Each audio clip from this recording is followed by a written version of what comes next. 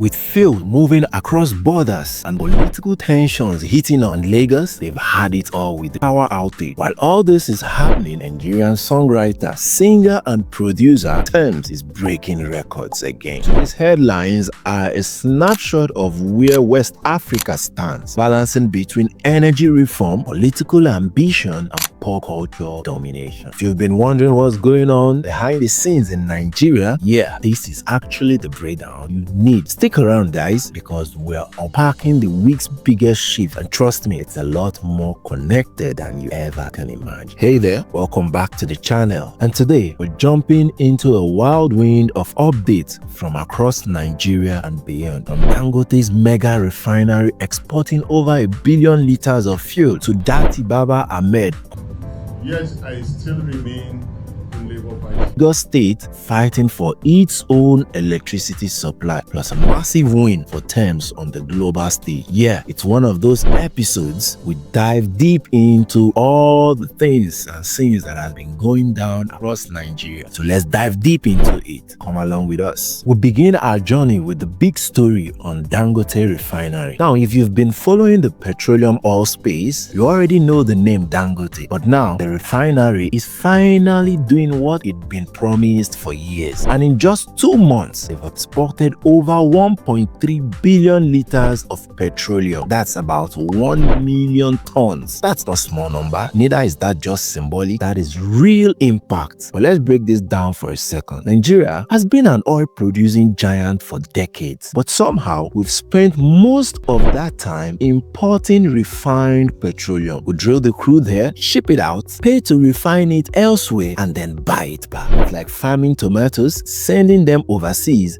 and then buying ketchup at 5 times the cost. Crazy, right? Now, the Dangote Refinery, which is located in Lagos Lekki Free Zone, could flip that script. But wait, it's not all rosy. Yeah, since Aliko Dangote, the billionaire behind this whole project, has raised a red flag, and it's not a small one. He's pointing fingers at black market fuel traders operating off the coast of Lome, Togo, where fuel is sold cheaply, unregulated, and tax-free. Now, these so-called floating depots are undercutting legit operators. Now, to put it plain understanding, you can't win a game when your opponent doesn't even play by the rules. So here's what Dangote is doing. Dangote is calling on regulators, especially the Nigerian Midstream and Downstream Petroleum Regulatory Authority, to swing into action, and not just words, true action. He actually wants license revoked for refineries that aren't producing anything, and penalties for those that are just collecting dust and waiting to cash in. However, on the other side of these whole issues, Dangote says by December, the refinery wants to stop importing crude oil altogether, and that's a bold move, as they hope to source 100% of their crude from within the Nigerian market. Now, if that works, we're talking about massive saving, reducing dependency on foreign refineries, and potentially more stable fuel prices in the Nigerian market. But this black market competition could kill momentum before it even gets going. This isn't just about oil, it's about trust, regulation, corruption, and whether or not Nigeria is ready to clean its house and truly take charge of its own energy future. Now, switching gears into politics, the name making headlines is Dr. Yuzi Baba-Ahmed. Now, if the name rings a bell, that's because he was Peter Obi's running mate under the Labour Party in the 2023 elections. Together, they pulled off one of the most surprising upsets in Nigeria's recent electoral history, energizing young voters and challenging the traditional two-party grid. Now, fast forward to this day, Datti is back in the headlines, not because of a formal announcement, but because of his presence. Was recently showed up at a National Executive Council meeting organized by Julius Abu,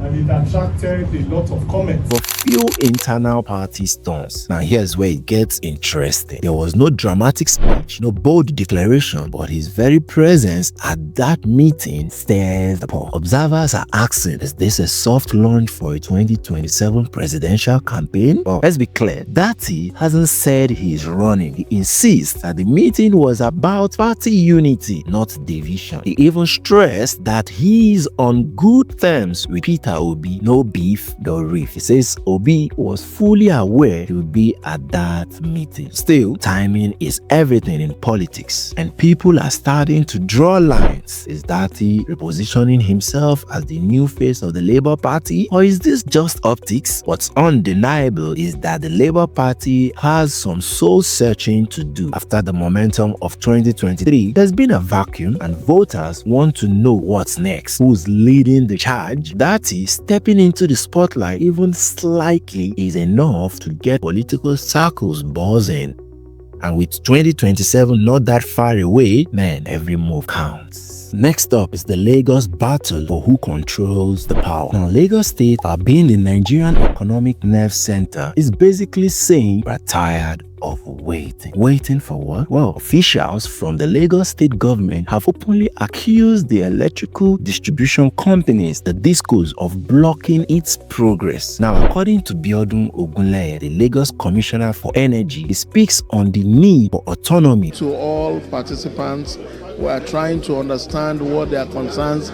Because Lagos has already invested in infrastructure. They've created new energy policies, and with the Electricity Act 2023, the law is technically on their side. This act gives states the legal backing to manage their electricity market. So what's the hold up? DISCOs don't want to let go. Why would they? I mean, Lagos is the most lucrative energy market in the country. If the state gains full control, the DISCOs lose a major revenue stream and probably some influence too. And right now, it's the standoff. But Lagos is ready to take control of its power destiny, while the DISCOs are fighting to maintain the old structure. And as for the people, well, they're stuck in the middle with rolling blackouts, unreliable billing, and no real choice in providers. Now, the biggest issue here is this: can Nigerian modernize its electricity sector without confronting the power of monopolies? Because that's what it is, a battle between public innovation and private gatekeeping. How this plays out in Lagos could set the precedent for other states, and if Lagos succeeds, expect more states to demand control over their energy future. Alright, let's bring the vibes back up. Tems, yes, you heard it right, our Tems just hit 1 billion streams on Spotify, not on her own yet, but through her massive features on Wait For You. With features Drake and Future, that track alone helped her become the latest African artist to join Spotify's billion club. Let that sink in. A Nigerian singer, songwriter, once uploading music from her bedroom is experimenting on